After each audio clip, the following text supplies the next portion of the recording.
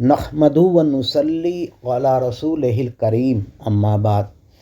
قرآن ہمارے ہدایت کے لیے آیا ہے، ہم کو اس سے نصیحت حاصل کرنا چاہیے۔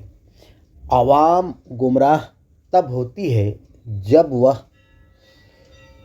اس کی آیات کی تعویل عقل سے کرتی ہے۔ آیات کی تعویل علم سے ہوتی ہے، نہ کہ عقل سے۔ اللہ تبارک تعالیٰ فرماتا ہے، اہل علم سے پوچھو جو تم نہیں جانتے ہو۔ یہ نہیں فرماتا ہے کہ تم آیات پہ غور و فکر کرو جو تم نہیں جانتے ہو۔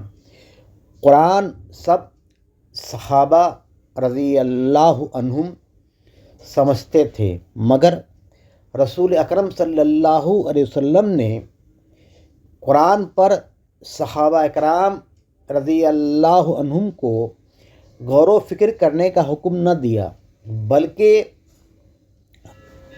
اس کی تفسیر عبداللہ بن عباس رضی اللہ عنہم سے سمجھنے کا حکم دیا۔